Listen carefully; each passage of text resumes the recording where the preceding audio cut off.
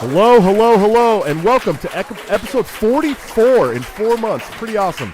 Of Break the Cycle with me, your host, Joshua Smith. I hope everyone is having a wonderful Monday and you had a great Father's Day. I know I did, with surrounded by 7 children.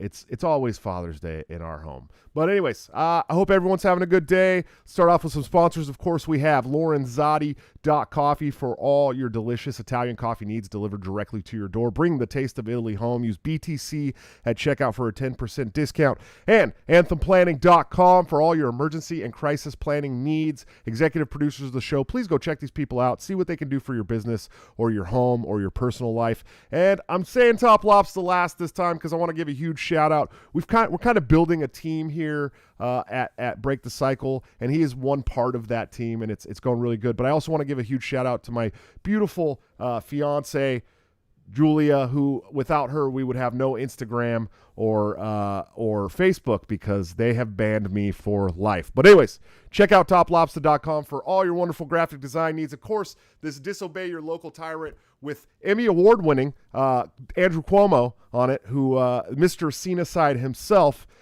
Check it out. Use BTC at checkout for a 10% discount. Guys, I just want to tell you, I am really, really in awe of what you guys have been able to do for me with this show over the last 4 months. We're currently at a projection of growing like 25% every week as far as subscribers go, and Patreon and everything. So you guys are just killing it, and I can't tell you how much you've changed the lives of my family, and I really appreciate you guys. But anyways, we have an awesome show for you today. I am super stoked. I met this man for the first time in Tampa, Florida, doing stand-up at the Libertarian Party of Florida convention because they always throw the best parties in Florida. He is the host of the Lou Perez podcast, formerly of We Are the Internet. He is Mr. Lou Perez. How are we doing today, sir? Well, thank you, and congrats on the growth of the show and the success of it, man. I'm so happy to hear that. Like you said, we met a few years ago, and we've been in touch. So it's very cool when good people are doing well, especially trying new things, man. It's like, I don't know if you had this experience, but it's like you don't know just how much people care about you and how much people really enjoy what you're doing and really vibe with you until you just put yourself out there and see what happens. Sure. So congrats, man. Thanks, man. I appreciate it. Yeah, it's definitely been it's been a wild ride for me. I started this podcast over a year ago, but I was just gonna do audio, and I did like 3 episodes, and then life happened, and I was like never got around to doing any more. And then I think I put out one more like 8 months later, and all my patrons, because I had a couple patrons at the time, they're like, "Hey, man, what are you what are you doing?" I'm like, "I'm really sorry. I swear I'm gonna get back to it." And then Julia one day was just like, "Hey, you gonna start your show or what?" And I started amassing equipment and putting it together. But you were on a pretty successful show, We the Internet. What happened there, man? I describe it as 2020. The year 2020 happened, and when the year 2020 happened, a lot of things happened, a lot of changes happened. Yeah, I stopped working with them because I was told to stop working with them by them in October of 2020. So since then, I've been doing independent stuff, producing my own podcast, my own sketch comedy, and all that. And it's been a while. Like, I think there are still people who reach out and didn't know that I was no longer there. So I thought by now they would let everybody know, hey, you know what, Lou isn't here anymore. Go find him and go enjoy his work. But hopefully, if any fans of yours out there, if they're looking to check out my sketch comedy, they can, see me on YouTube at my channel, the Lou Perez channel. So. Sure. Yeah, I actually I've been watching some of your sketch comedy recently, and I was checking out your podcast. I'm like, oh shit, he's got some great sketch comedy on here. It's hilarious. Like, you guys really need to watch it. It's fucking funny. But you're also a stand-up comedian. Yeah. And that was the first time I saw you. You were doing stand-up comedy in this beautiful red suit, man. Yeah, that red suit was I think $120 off of Amazon, man. And there's there's the label. You have bonobos. I think this was actually Binobos, so it was like a bonobos knockoff. So yeah, it's red and flashy. I think it was perfect for Tampa. You know, it was like it was almost like, I was selling used cars, while I was there. That was a really fun show down there. I Oh enjoyed yeah, that. Florida puts on a hell of a party. I've been to. This was the first year I didn't go to the Florida State Convention in 4 years, if you can believe that. But every time they have an awesome party. In fact, that same convention when I met you, I was the host of a panel there that included Tom Woods, Walter Block, and Jeff Deist. So it's like, all right, well, I'm a little out of my league here, but okay, we'll have fun, I was like, so Right. what can I say that you guys have never heard before? I don't know, it's pretty wild. But Well, with the growth of, I was just going to ask, like, with the growth of, Florida and Texas have become like sort of the two go-to states now. Like, people exiting every single state.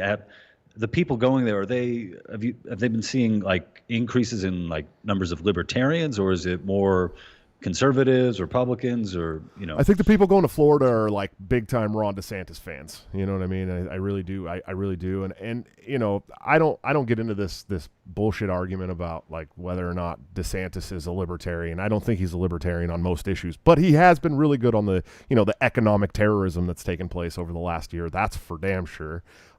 You're no stranger to the economic terrorism, as you've just moved out of New York, where probably one of the worst states through all this shit, man. And you're a stand-up comedian, so I mean, it had to have been very detrimental to you over the last 18 months. Oh yeah, it's but beyond that, being able to get up and do shows and that sort of thing. It was just I was a New Yorker, born and raised, and to look around at my city and just see it, decaying, and all of these amazing restaurants, all of our favorite restaurants shut down, and these are livelihoods, that are lost. And it was also a thing where my wife and I, we had our first son in March of 2020. So, just imagine, there's a pandemic, there's an insane lockdown, and we're stuck inside a 1-bedroom apartment with an infant. And, you start questioning, you start looking around, you're like, no, really, what are we paying for to be here? What is going on? And when you lose so much of the city that you loved, we made a decision, pretty early on, where it was like, we got to get out of here. We need a place. So right now, if anybody is looking at the video, I'm in my bunker, my unrenovated basement that will one day be a playroom. And and it's something like, it's so funny how quickly, I went from being this lover of New York to just, there's no future for me there. I got to get out of here. I gotta look ahead. And my wife and I, fortunately, we're really, really fortunate to be where we are in New Jersey. And we're, very happy with the transition that we made. Sure. No, I definitely, I totally understand what you mean. Being a guy who left California 5 minutes before they instituted the 24-hour lockdown, I flew out of San Francisco literally at 11:55. The lockdown started at midnight. I flew to Iowa, somewhere I'd never, I'd been once for a weekend, and didn't know anything about, but I knew I had a wonderful woman here who, I wanted to see every day. And so I took that chance, and I literally went through the worst winter I've ever had to deal with in my entire life. But California is not the same state I grew up in anymore. It's just not. It's economically just destroyed because of Gavin Newsom and these lockdowns, and every business, every restaurant, everyone's going out of business left and right. The restaurants that are open are only allowed to operate at 25%. It's like, how do you expect your economy? And in California, it's the 5th largest economy in the world. It's a big, it's a big economy. How do you expect to maintain that if you keep locking down? Yeah, and there's something that goes beyond the economic heartache and all that stuff. And I think you nailed it, where you said, you were going to Iowa to be with somebody who you care about. And I really think, the past, 18 months or so has been a really big test, not only on individuals, but also on the strength of relationships. There were, countless couples who, were able to go about their lives, normally, and now suddenly we're sort of thrust together. Ironically, it's like, but you're a couple, but you're not used to being together. Now you're together. How do you really work on shit? Is this going to strengthen your bond or is it going to weaken it?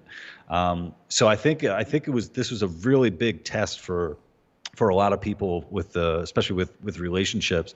And I think something as libertarians, we can often get kind of stuck in talking about economics, foreign policy. Obviously, those are really big things, but for me, it really comes down to this this human interaction that we have, especially with those that we choose to be with, that we choose to we voluntarily share our lives with. And I think that's something that I would like to hear more libertarians talking about, just how, without getting corny, like the message of liberty could really, foster strong relationships between people. At least that's how I see it. I think that was a big part of me being able to get through this. Sure. Yeah, it was interesting because we were a new couple when I moved here. And we were we were thrust together. I mean, immediately and all the time, constantly. And in fact, the first 3 weeks we were here, we were staying in a basement together, just me and her. And and then 3 or 4 months into our relationship, we actually split up for 3 weeks. And we were living on top of each other in a small 2-bedroom apartment, with two kids. And that 3 weeks is where we were kind of like, hey, that was actually pretty nice, being together all the time. Maybe we should try that out again. And we did. And now we, have this family of 9 and are happy. And, we still have our struggles, but I've also been very fortunate to be able to work through this whole thing, which has been pretty helpful. I work 12-hour shifts. I'm sure she enjoys those 12 hours that I'm gone. I don't know. Maybe. I don't know. So tell me about the show, man. The Lou Perez Show. What are we doing here? Yeah. So I think it's one of those things where, you only started your podcast, 4 months ago. And I'm sure, part of you is like, oh man, why didn't I start this 5 years ago? Why didn't I start this 10 years ago? And it's a similar thing with me. My wife had been telling me for years, you should start a podcast. You should start a podcast. And I got really, sometimes I'm my own stumbling block, because for anybody who's seen my sketch comedy, it's like it's polished. I write a script and then I rewrite it, and then we shoot it and then we edit it. And then we put music and all that, so everything is very clean. We mask any flubs, when I'm not, when I forget my lines, you never see that. But meanwhile, if you do a podcast, there's unless you want to go through the work of really editing, an hour and a half conversation, all that, you're going to be risking a lot. You're going to be risking sounding like an idiot. You're going to be risking not being polished.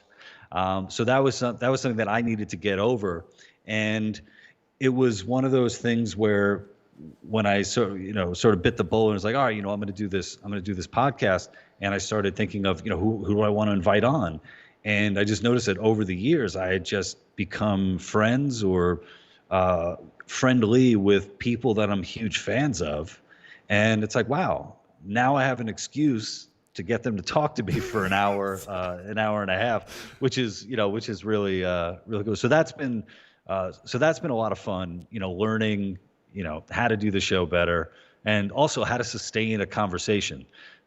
Because there was a time where it was like all I was doing, sort of similar to you, it's like working 12-hour days or more, not really communicating with people outside of social media, which can often not be real communication.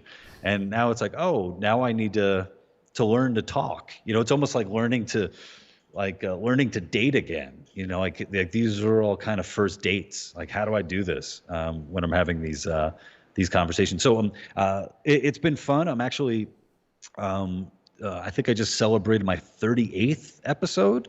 Nice. And we're going to be, I'm going on hiatus for a couple of months because I'm working on a book.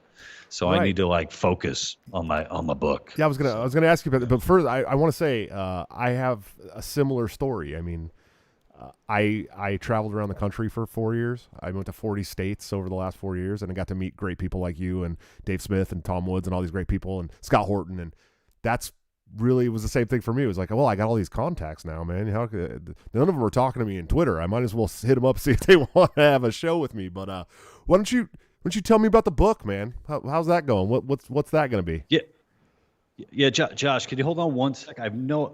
I'm hearing a weird. Uh-oh. This is on my end. Uh-oh. What is going on here? Sorry. That's okay. We're live though, Lou. I know. Shit. I'm so sorry. See, there's nothing polished about me, buddy. I'm sorry. What the hell is going on?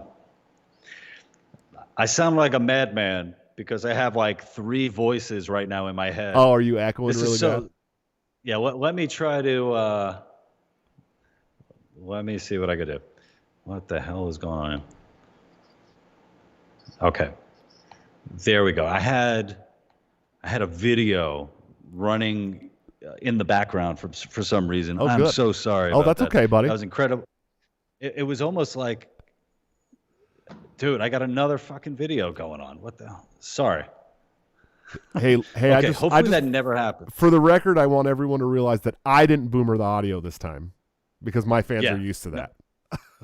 Oh man, Joshua is in the clear. He didn't do anything. This is so funny because right now, like I said, I'm broadcasting from my basement, so I look like this is the way a man with many voices in his head lives. And so yeah, I had some videos playing on YouTube or synced up, and they just started playing. My apologies. Yeah, one time I started see? the stream and I had the YouTube going, and there's a delay, right? I had the YouTube in the background, and I had the show up that I was starting the stream on. So as my intro's going, all of a sudden it starts echoing, and I'm freaking out trying to figure out what's going on. It was just because I had the YouTube open, But Top Lobster dropped a super chat in the chat and said, first time audio issues not coming from Josh. They're very used to it. Probably my first, I don't know, 6 shows I had some kind of audio issue because I do it live. It's a live show. It's not, and so I had some kind of audio issue. And then every 5 or 6 episodes since there's some kind of audio issue, but it was your fault this time. So I'm blaming you. Yeah. And shout out to Top Lobster. The picture he drew of me was awesome. That's how we entice people to come on the show. You know what I mean? Yeah. Look, I might not be a good show. You might not even know who I am, but you will get an awesome hand-drawn portrait of yourself, He made me look kind of jacked, man. I'm like, shit, I gotta do some push-ups in order to look like the cartoon version of myself. That was dope. So tell us about the book, Lou. What's going on with the book, man? Yeah, so at the end of 2020, I had a piece that ran in the Wall Street Journal called "How I Became a Quote Far-Right Radical," and it wasn't a story of my personal jihad or anything like that. It was based on, there was an academic paper that came out that was basically trying to study quote unquote right-wing echo chambers on YouTube, and this paper had labeled a bunch of channels far right. And one of those channels that was labeled far right was We the Internet TV, which was my old alma mater. And I was like, that's weird. And they also ended up labeling, I believe it was Joe Rogan, Sam Harris, Brett Weinstein, a bunch of people that are pretty far from far right. Right. They were labeling them as far right. And I had a number of friends that sent it to me. And at first I kind of laughed it off. I'm like, oh, this is just, more academic stupidity. I can't believe that people actually got paid to do this study. But then I started thinking about it more and more. And I was like, oh, wait a minute. I just got fired, man. Yeah. I'm going to be looking for a new job. And for the past 5 years, I've been making stuff for We the Internet. Now people are going to be like, oh, that's the We the Internet guy. He's a far right maniac. So I decided to, write a piece, responding to that and talk about how, we live in days where, all you need is somebody to just, mislabel you, or, either out of a mistake or out of sheer malice because they want to hurt you. And it can completely derail your future prospects. So it was my opportunity to push back on that. And from that came my first book deal. So I signed with Bombardier Books, Post Hill Press, and I'm going to be writing a book about what it's been like, doing comedy for the past 5 years, and especially in light of the religion, the cult of woke. Sure. And how much fun I've been having sort of living in this world and making comedy. So I'm very much white pilled when it comes to the future of comedy and the future in general. So that's a lot of what the book is going to be about, for sure. Nice. I can't wait to read it. I talk to a lot of comedians. I'm not a stand-up comedian at all. I tell people that that COVID killed my stand-up career, but I never actually had a stand-up career. It's just a joke. I'm not really that funny, but it's so weird, and because it feels like the wokies and the left and these cancel culture people, they're going hard after comedians. I mean, that's who it's like they want to kill the comedy first. And I think that's because a lot of the times, and I think, people like Dave Chappelle and others along those lines, Bill Burr, these people are telling the truth. I mean, they really are telling the truth. And I think that, to the left, the truth is very, very dangerous sometimes. And how do you feel about that, man? Do you think that's where that comes from? Well, at some point I started hearing a lot about this idea of, comedy is supposed to speak truth to power. If you're not doing comedy right unless you're speaking truth to power. And it made me think, when did it become about speaking truth to power as opposed to, like you said, just speaking the truth? Right. And I think I sort of have this idea that when you add that power component to it, you suddenly tell people, okay, there are certain topics that you can't touch because, it's going to be very bad for you if you, quote unquote, punch down or call out the bullshit of protected people or protected classes, and that sort of thing. Because ultimately, you don't have to tell the truth to be funny. You could be a liar and still make people laugh, for sure. But there is something about finding that interesting thing, that interesting truth, and having it resonate with people, especially through laughter. And the people that are saying there are topics that you can't touch or you can't explore, my not my spidey sense. I don't know. I don't know many superheroes. Whoever has the bullshit sense. The bullshit sense of the superhero my mom pops up. Is that my mom? Yeah, I think it's my mom. Yeah, Joshua's mom's superhero sense of calling out bullshit pops up. So. Yeah, no, totally. I definitely get that. It's just so funny to me that the comedians will go first. And I made a post on Twitter about this. We're my generation, at least. And the generation before me, we're the people that grew up with Richard Pryor.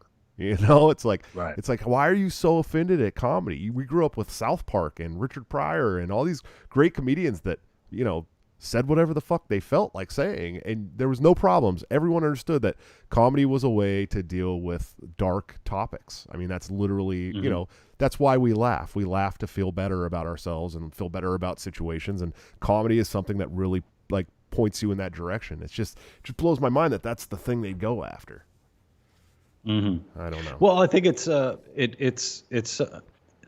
something where comedy is supposed to be sort of outside of all this stuff. Like you're in a way, meaning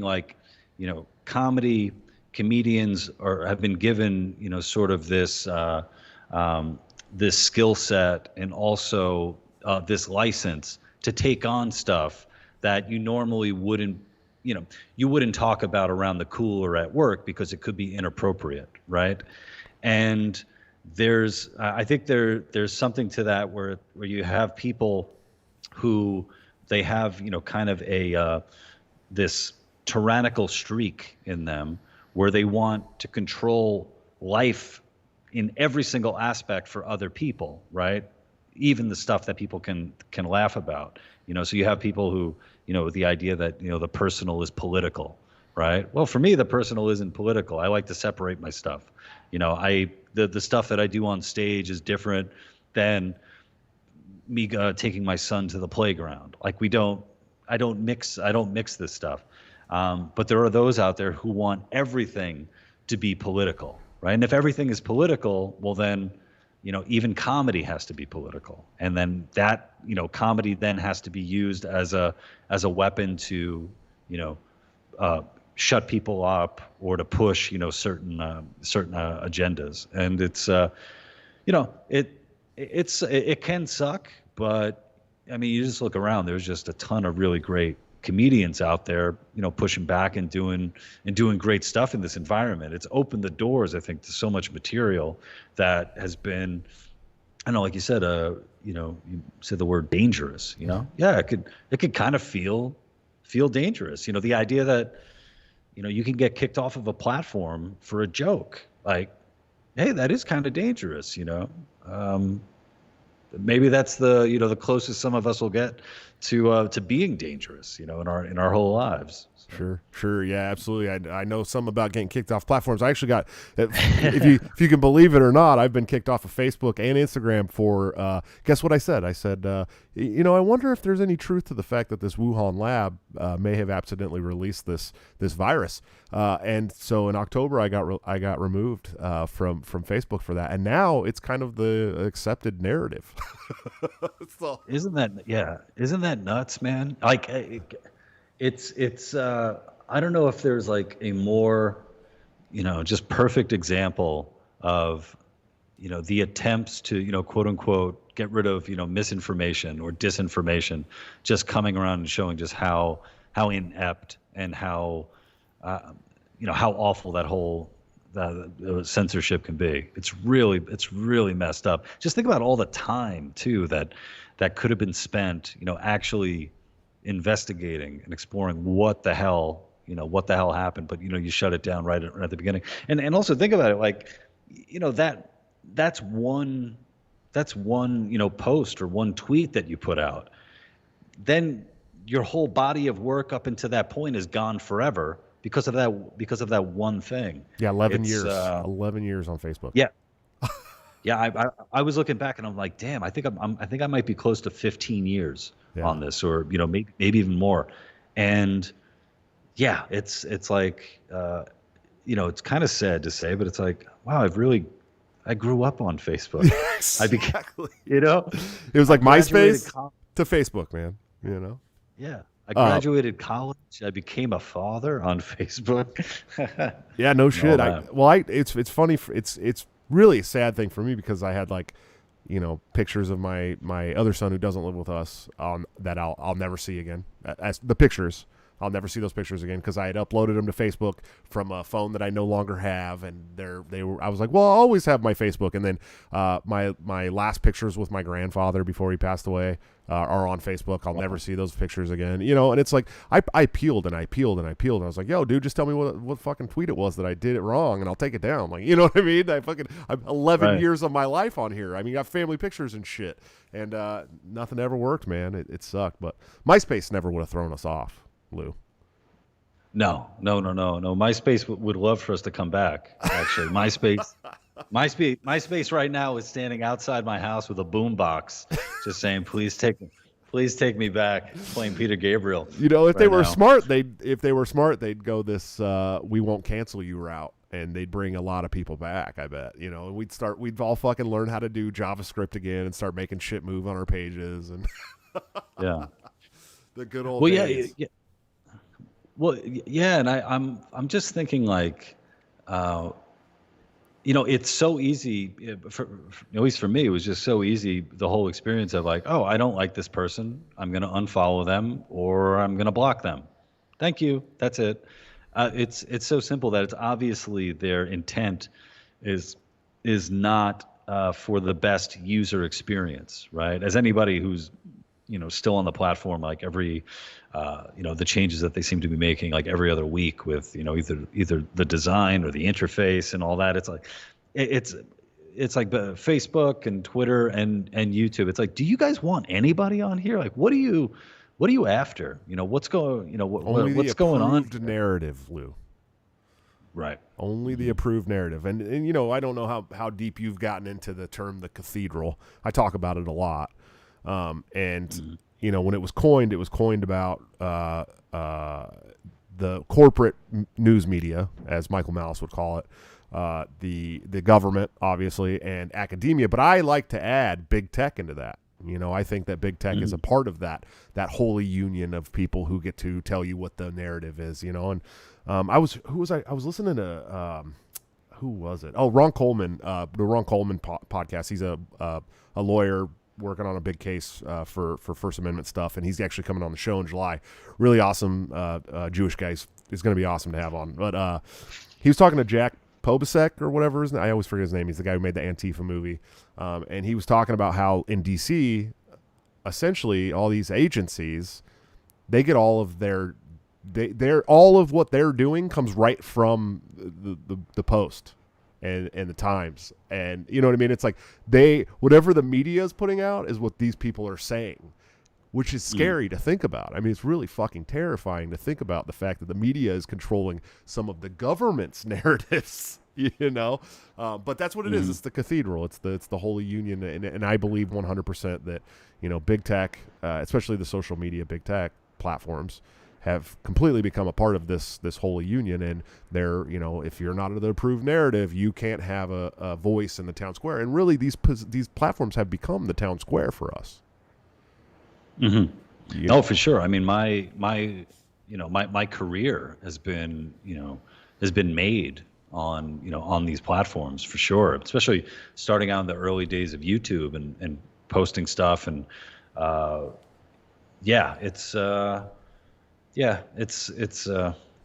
is what it is. And, it sort of sucks at this point. Yeah, I guess the cathedral was made in a Wuhan lab. Yeah, I'm sure. Yeah, that's where we're going, and now we're booted off of YouTube as well. So, it's been a good run. It's been a good 4-month run. But I'm surprised they keep monetizing my videos, Lou. I don't know what I'm doing right, but I've only got, I think I got one of 44 that is not monetized, and I went back through it, and I was like, yeah, I'm not going to file appeal on that one. That's all right.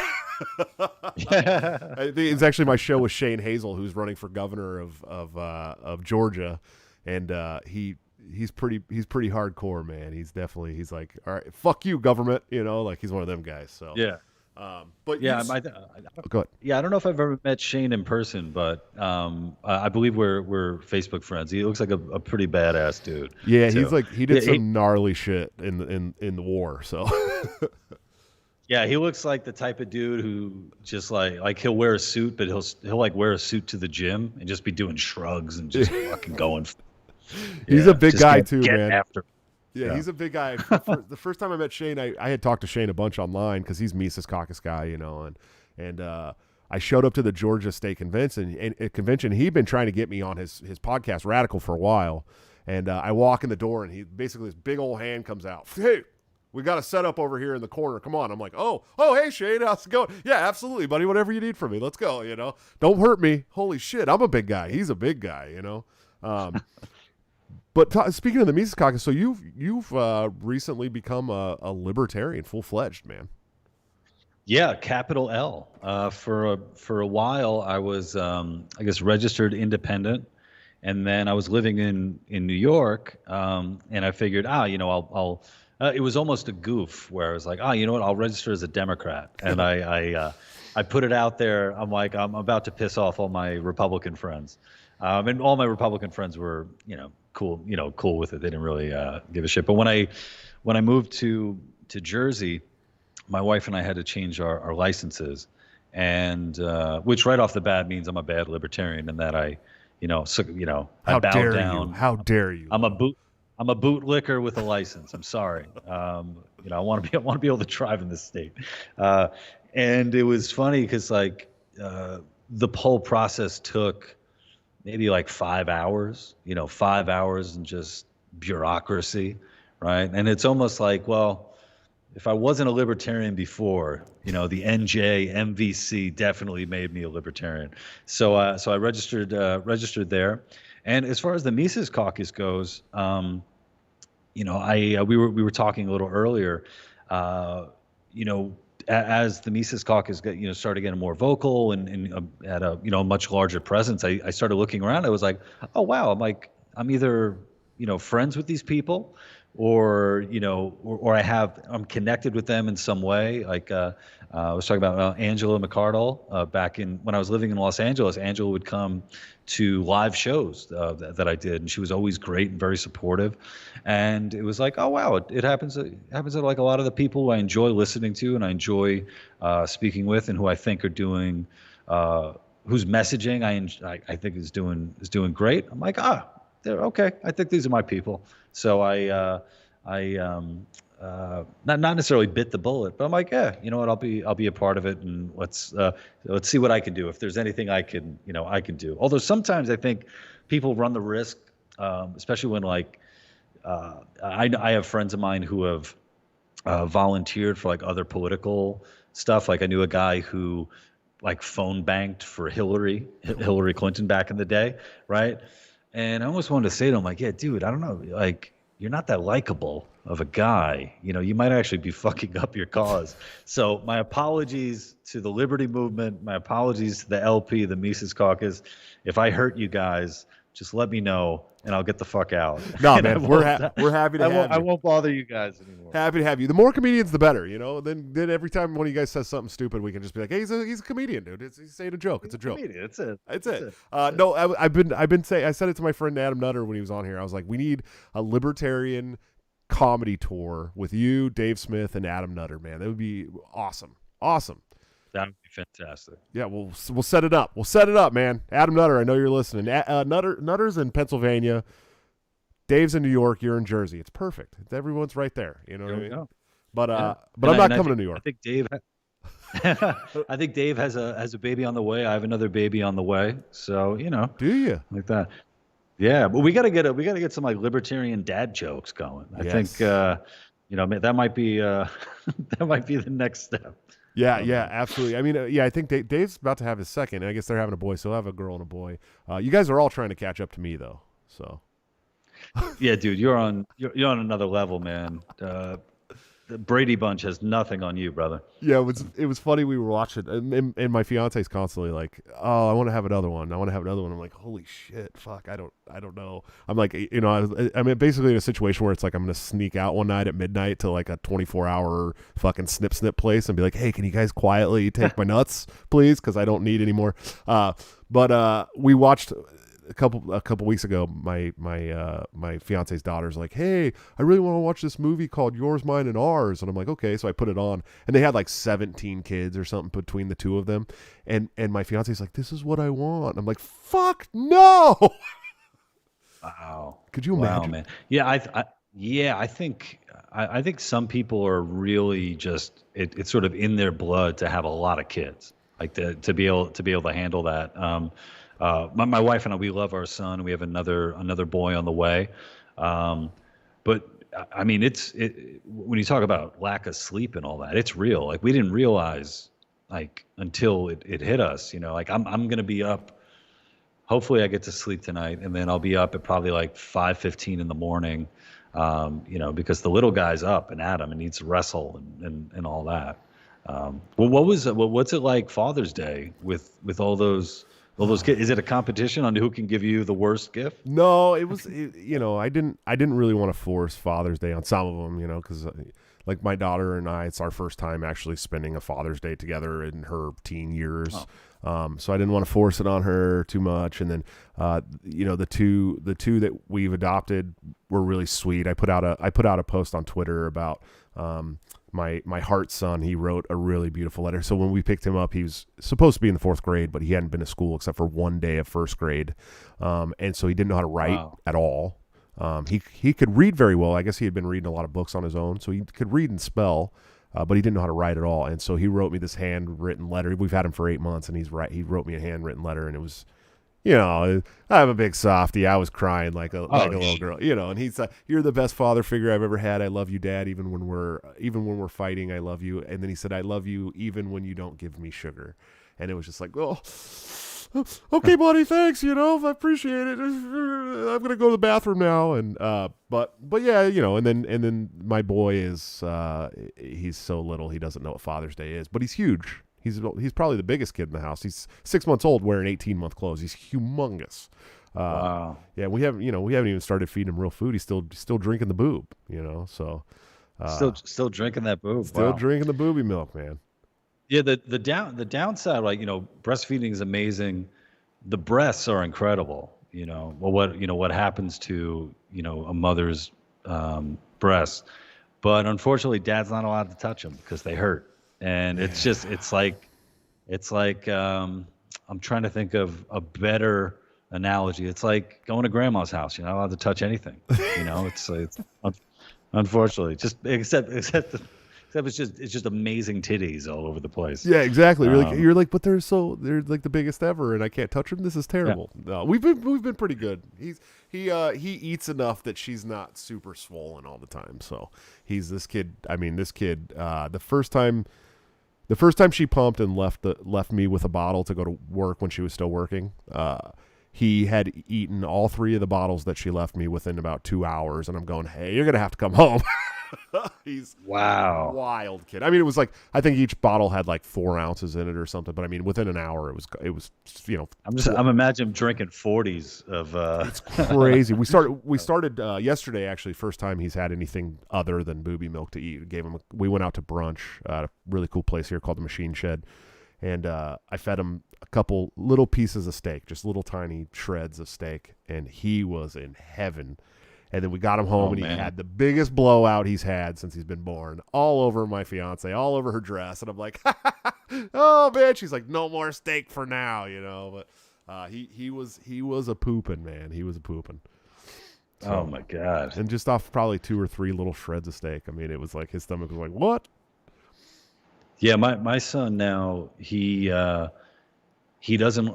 lie back when we're changing him. Like, he'll immediately just start flailing and sort of flip over to his front and try to like get away and all that. He's just not enjoying it. So now we're trying to change him standing up, which, when it comes to a number 2 is just so dangerous. Oh, yeah. Fortunately, we're doing a lot of renovations, so a lot of these floors are going to be torn up anyway.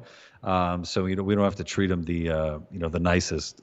But yeah, man, it could be tough. It could be tough. Yeah. So I've had this thing in my head that I was going to talk about this whole time. I was like, this is going to be really funny, and then I forgot. It is astounding that you have been labeled as a far right politico. I was just watching some of your We the Internet stuff the other day, and you had this one about the open carry one. Was one of the funniest things I've ever seen in my life. But you're basically making fun of these dicks who walk around open carrying AK-47s and ARs to like a nightclub and shit. It was hilarious. And I'm like, how could you watch that and then be like, oh yeah, this guy's a far right, this guy's basically David Duke, Well, that's the thing too, where we're if someone says far right, all these different images pop into your head, like David Duke or a racist or a terrorist or like that's stuff that pops into your head. So that's the danger of it, of throwing around these labels. The video you talk about is your gun makes you look like a dick. Yeah. I think that's what it is. And that was one of the first videos that I produced for We the Internet. The joke of it being, it's this dude, Sam Patriot, who's he's an open carry enthusiast, and he's gonna take you throughout his day, man, just show you what's up. So it's him, basically trying to open carry. And instead of people, being scared or anything like that, they're like, yeah, man, I know it's your Second Amendment right, but you look like a dick. And he just gets off. He wants to try to get into the club, with he's trying to talk to the bouncer about how important, you need more, guys who respect the 2A on that dance floor because he's about to tear it up, and all that. And nobody's having it. And that one was a lot of fun because I often find that when people try to make fun of, kind of our side, our, the libertarians or, libertarian anarchists and that sort of thing, it's always like, man, I wish you would have let me write that joke Yeah. because I know our people, and so it's cool, like, having, people who are, gun enthusiasts, big, 2A people be like, oh yeah, man, I hate the tactical guys. Like, oh, they got to stop with that shit. Like, there's a time and a place. But yeah, I think it's possible you can support open carry and still make fun of the people who do it. That's Well, I think the best that's best right. part about it was the cop who took the picture of him. that was the Yeah. part that had me rolling because he's like, it's my 2A right. He's like, yeah, I get it. But you still look like a dick, and took off running. And I was like, oh, that's hilarious. Right. But yeah, I totally get it. It's just funny. I've watched a lot of your. I guess I've watched quite a bit of your stuff now, and you never struck me as a far right kind of guy, man. You know what I mean? Thank you. It's definitely not a look I'm going for. Yeah, With, yeah. without a doubt. Maybe I don't know if the barbers are shut there now and stuff, but you did grow your hair out and stuff a lot over the last couple years, maybe, right? Yeah. Yeah. Well, I just got it cut not too long ago, man. I had it going down to my shoulders. I had some shoulder length hair going. I could get a little ponytail, not a Steven Seagal ponytail, but a legit ponytail I had going on for a little while. So Nice. Yeah, I imagine barbers were few and far between in New York for a while, I'd imagine. Oh yeah, well, and there was this weird rule too, where when they opened up, you had to be masked, right? So you'd have to have a mask on when they're cutting your hair, but so much of how your hair looks is dependent upon what this part of your fucking face looks like, So I have a great hairstylist. That hairstylist, yes. A far right guy does not have a hairstylist. Right. You're right. He's like, I was getting my pedicure at the David Duke Salon of Beauty the other day, and yeah, exactly. David Duke has little burning crosses on his toenails when he gets them done. But yeah, I got a haircut, and normally it's great, but that time it wasn't because got that mask on, man. But this time I'm happy with it. I'm happy. Yeah. It's definitely a rugged look for you, man. More rugged than the first time. First time and second. I met you one other time too at the Y'all convention in California in San Jose. Oh yeah, in L.A. Yeah. Oh, was it San Jose? It was San Jose. Yeah. It was like almost Central California, San Jose. But I saw you there. We talked for a while, but I didn't see you speak. You were speaking there, weren't you? I think I performed. I think Dave Rubin went on after me. So yeah, I think I did like a screening and some stand up and that sort of thing. And it's something I'm looking forward to, getting back to doing stuff like that too. So Nice. You got any plans coming up for stand up or anything like that? Yeah, I'm gonna be at Freedom Fest this year in South Dakota. So that's going to be fun. And that's going to be our first real family trip. So my wife and my pregnant wife, and I only have one wife, but she happens to be pregnant. So my pregnant wife and my little boy, we're going to be going to South Dakota and hanging out with, Liberty freaks there. So I think I'm on a panel with Dave Smith. And then we're also going to be doing stand up one night as well. Holy shit! Is Freedom Fest in South Dakota this year? South Dakota, man. Yeah, it's gonna be my first time there. So I've never. Well, that's only 4 hours away. I might have to take the trip, man. I didn't realize. I thought it was in Vegas. I don't know. I had never been to Freedom Fest. I thought they always did it in Vegas. So. Well, I think last year it was supposed to be in Vegas, and I think they canceled it last minute. I don't know if it was. I don't think it was the Freedom Fest people who canceled. I think it was the state of Vegas, right. Like the state of Nevada. Excuse me. It's not the state of Vegas. The state of Vegas. It's pretty true. Yeah, a Vegas state of mind. So I think they canceled it, and I don't know the inside scoop, but you think about just how many people go to that every year, and all the flights and all the hotel rooms and all that, and to cancel it last minute, that's really shitty. But I'm looking forward. I've never been to Mount Rushmore, so that's on the to-do list.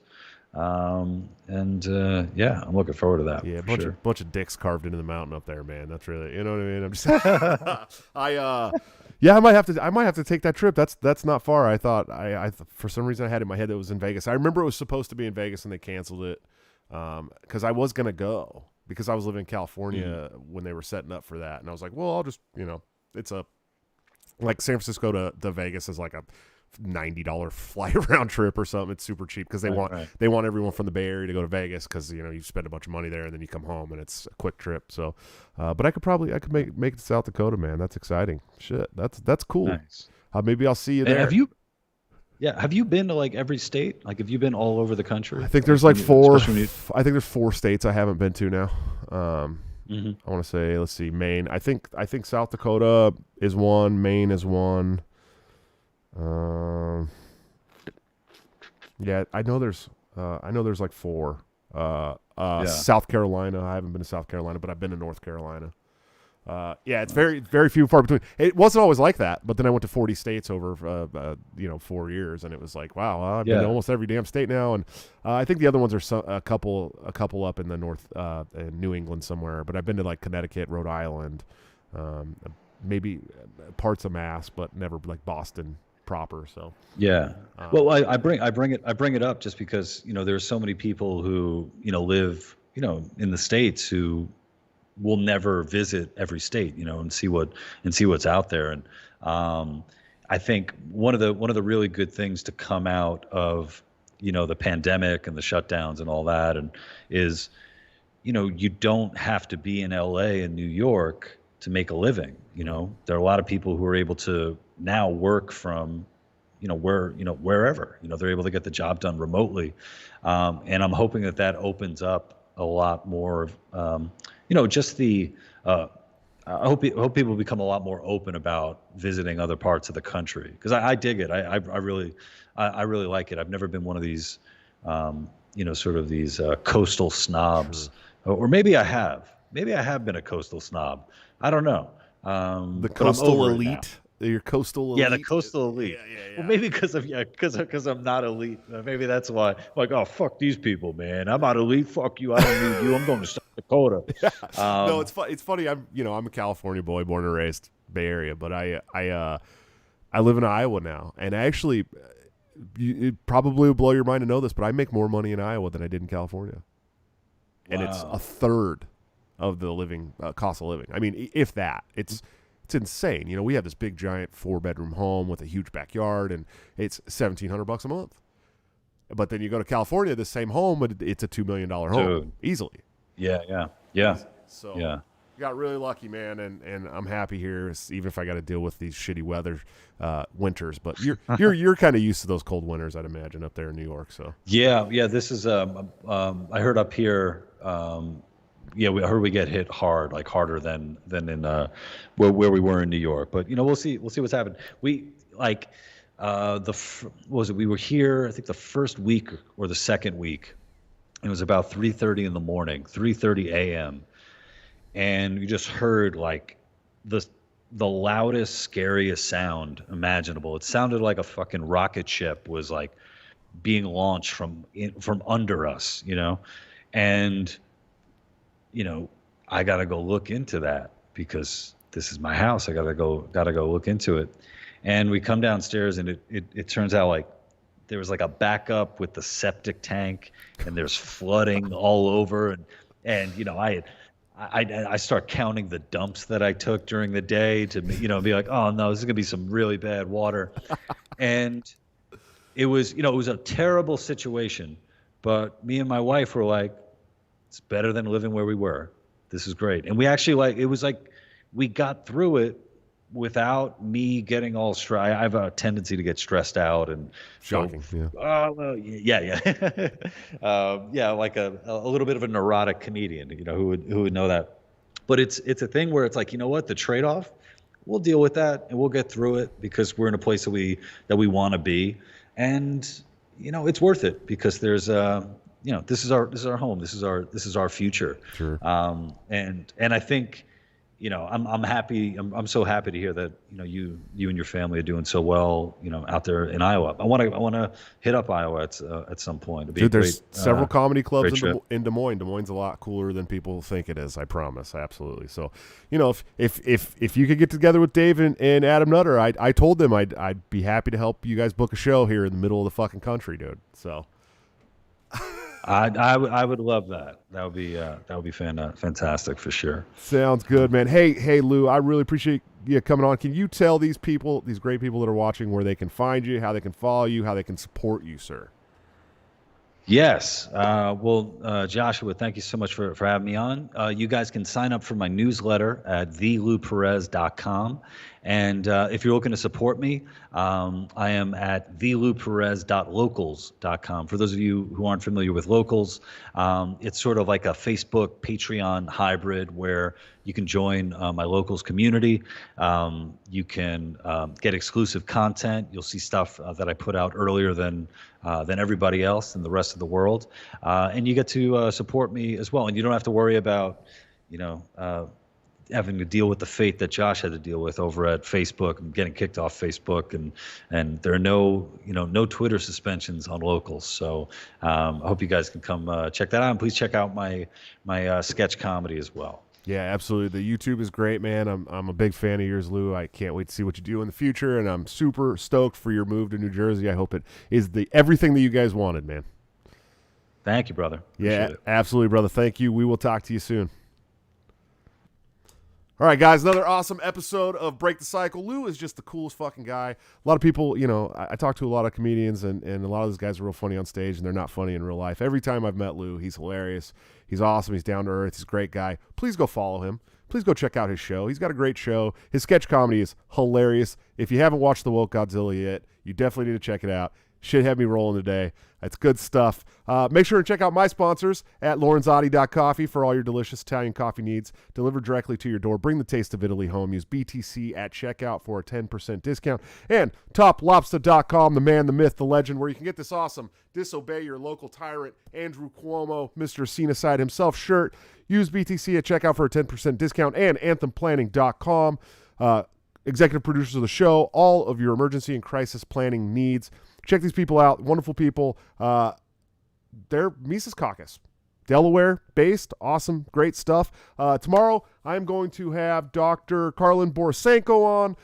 We were going to talk about the drama in New Hampshire because she happens to be a part of the New Hampshire Libertarian Party. So I was very excited to talk with her about that, and also to talk about critical race theory. I guess we may see things a little differently, so it's going to be an interesting conversation on critical race theory. I'm very excited. I was going to have Maj Touré on the show on Friday. Unfortunately, my friend Maj had to cancel, and he will be coming on the following week, so I have replaced him with Will Fight, the best fight. He'll be on the show on Friday, and then next week we're going to have Jose Gaison, Jeremy Kaufman, who started all this hullabaloo in the Libertarian Party by tweeting out things that people didn't like from the New Hampshire Libertarian Party account. And then next Friday, my good friend and one of my favorite people in the movement, Buck Johnson, will be on from Counterpoint. What is it? Oh God, I'm not gonna remember his damn. He's got a new one now. So it used to be Death to Tyrants podcast.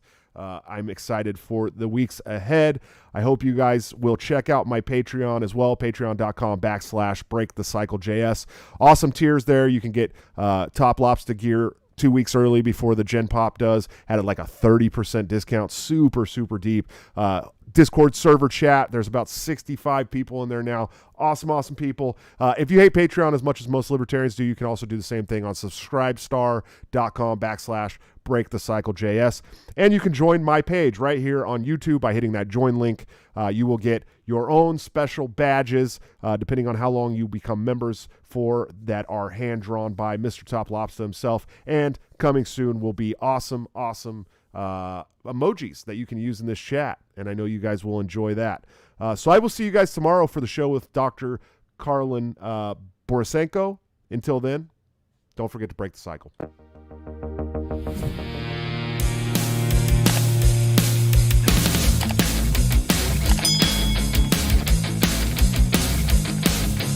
Due to legal reasons, I just have to explain. The lyrics of my last song may seem to contain a violent call to action in reversing the frame, but I just landed in Minecraft. The helicopter part was in reference to GTA 5 and the things you do. So any violence you commit, I am not an excuse, because I just landed in Minecraft. Wood chipper is my friend and he's constantly cold. Accusations of incitement getting totally old. Make your own choices, yeah, you have control, because I just landed in Minecraft. Obviously I would never advocate force, unless there's due process and a trial, of course. And if you're convicted, we will make you a corpse in Minecraft, just in Minecraft. Nothing I mean, you know it. No product dinners, gets it close to COVID.